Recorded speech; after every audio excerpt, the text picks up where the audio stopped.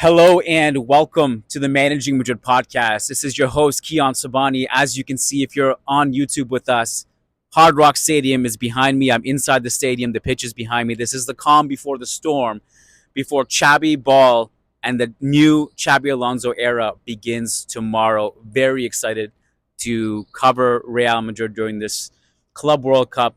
Not necessarily because it's the Club World Cup, not necessarily because there's a lot of prize money at stake, but because there's so much intrigue, so many questions, so much excitement about Xabi Alonso.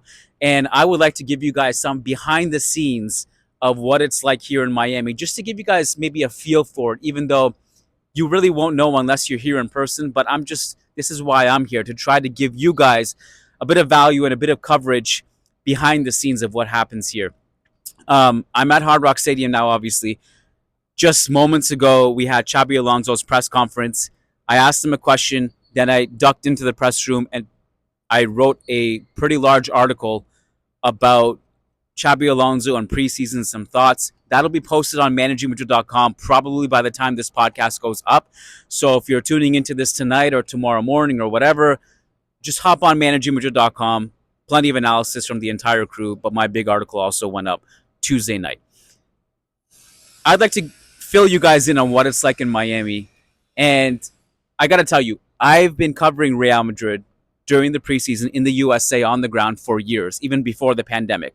And I've been here every year, apart from those years that the team did take a break from traveling to the US during the pandemic. I can tell you this one is the most unique one. And here's why. The team has a base camp, and they always have a base camp, by the way, but the way they're situated now, they're not actually in Miami. They're in Palm Beach, which is about 120 kilometers away from Miami. Then you have this Hard Rock Stadium, which is kind of in between Palm Beach and Miami. So I'm staying downtown. Other journalists did a little bit more intelligently, if that's a word, because they situated themselves in between the training logistically and the stadium. Me personally, I got friends in Miami. I want to hang out downtown Miami. So I decided to do the car rental thing and going back and forth and just hanging out in Miami at nighttime, which is also fun. To each his own. But this morning we had to drive all the way from downtown Miami, 120 kilometers, to Real Madrid's training session. So this was my first experience taking in a Xabi Alonso training session. And I have to tell you, it's pretty amazing to see in person for a couple reasons. One is that it's extremely intense. Coming from someone who has attended many Real Madrid training sessions over the years, I can tell you it's never been this intense. There is a certain hunger, there is a certain expectation that Xabi Alonso has about wanting his players to exert a certain amount of pressure, to have a certain amount of intensity in their running, their passing drills, the way they work on their build-up drills. It's really impressive for that reason. But the second reason it's really impressive is that Xabi Alonso himself is basically an extension of the players, and he's just there as well as a tactical coach. Let me elaborate on that. If you watch him in training, he plays with the team. He's doing touches, he's juggling, he's showing them how to do long-range passes, he is screaming, he's very vocal, and he's playing with the players. I think that has such a profound impact on the players and the respect that comes with it. It's similar to me to Zidane and the aura he had, just putting myself in a time machine, going to some of those training sessions under Zidane. Zidane played with the team. He was juggling the ball, he was laughing, he was playing. And I think that goes a long way with building camaraderie and trust of the coach. So those are just a couple observations. And the players who were there for media availability this morning, Dean Howson, Brahim Diaz, and Dani Ceballos all spoke about the intensity of the training sessions. Dani Ceballos was talking about Xabi Alonso wants us to have an identity. Brahim was talking about pressing and all this, which brings us all the way forward to later this afternoon and the Xabi Alonso press conference.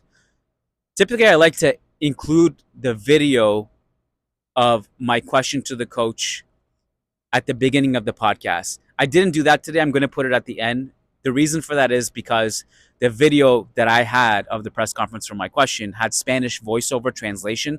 So it's a little bit hard to decipher, but I put it at the end in case you want to watch it or listen to it. It's there at the end. My question to Xabi Alonso was this. Given that he does like to press, he is very big on the collective.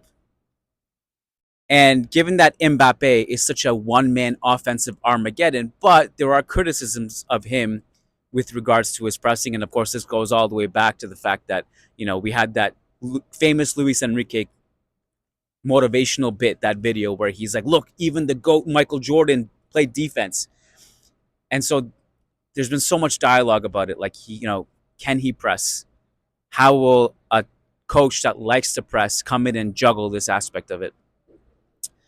So I asked him, like, first of all, I like to preface everything I say as much as I can, as much as I'm reminded to do it in every analysis that I put out and every opinion that I put out, that I am unbelievably inferior in intelligence to Real Madrid's coaches. And so I have my analysis and I have what I view as a certain, a viewpoint about Real Madrid specifically, that I think, this works, this doesn't work, and all this. It's my job. But I was just kind of curious to lob that question to Xabi Alonso. Like, is it exaggerated the way we talk about Mbappe and his pressing? Or, you've seen it up close. Do you think it's fair? I thought his answer was pretty interesting, and I really appreciated his insight because, smartly enough, he didn't really mention whether Mbappe can or can't press. But the fact that he also didn't come out and say it's not true and Mbappe can press was interesting to me. But what he emphasized was the collective, that there are 11 players, and basically if one person doesn't press, the whole thing falls apart. And that this is something they've been working on in the training, and Mbappe specifically, he didn't say Mbappe specifically, but what he did say is that we have been working on this in training, and for both our short-term and long-term success, it is necessary for us to figure this out as all 11 players, because if it's just 10, it's not going to work. So look out for that. And look, at the time of this recording, I'm not sure Mbappe is going to play or not. He had the fever, so he didn't train today. Xabi said he's feeling a little bit better today, but given the heat conditions, they may not risk him. It's the opening game. It's Al Hilal. It's very possible that they'll save him for the second game instead when he recovers. Either way, whether he plays tomorrow or not, it doesn't change the overarching question, like, how will this all work? This is a marathon. Even if Real Madrid come out flying in these first three games, the sample size is small. Bigger tests will come. And certainly Mbappe, Vinny, Jude, and Xabi Alonso once again spoke about the importance of getting Jude in his best position. All these are super interesting to me. Apart from the obvious stuff and the stuff that I just mentioned, what I'm looking forward to tomorrow is seeing the improvement in the ball progression of the team.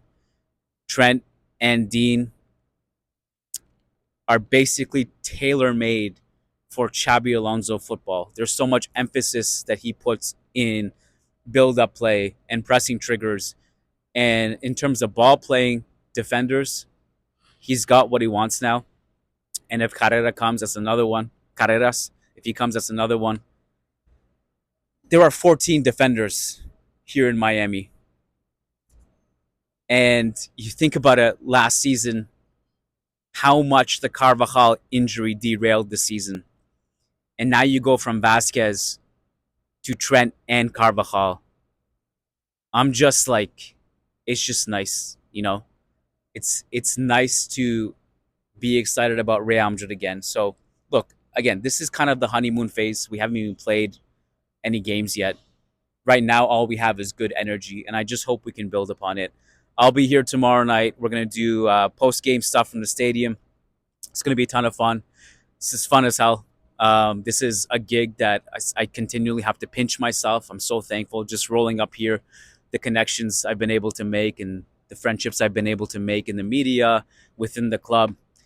I'm blessed, man. I'm grateful, and I am so thankful to be able to share this with you guys. So enjoy not only this, but the entire coverage over the next month directly from the USA. We're on the ground, guys. I can tell you one thing.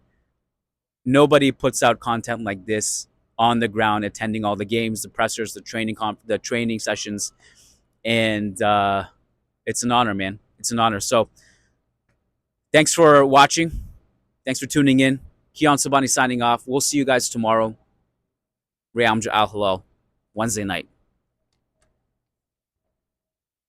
identity and specifically the pressing. There's been a lot of conversation in the media over the past year about Mbappe specifically.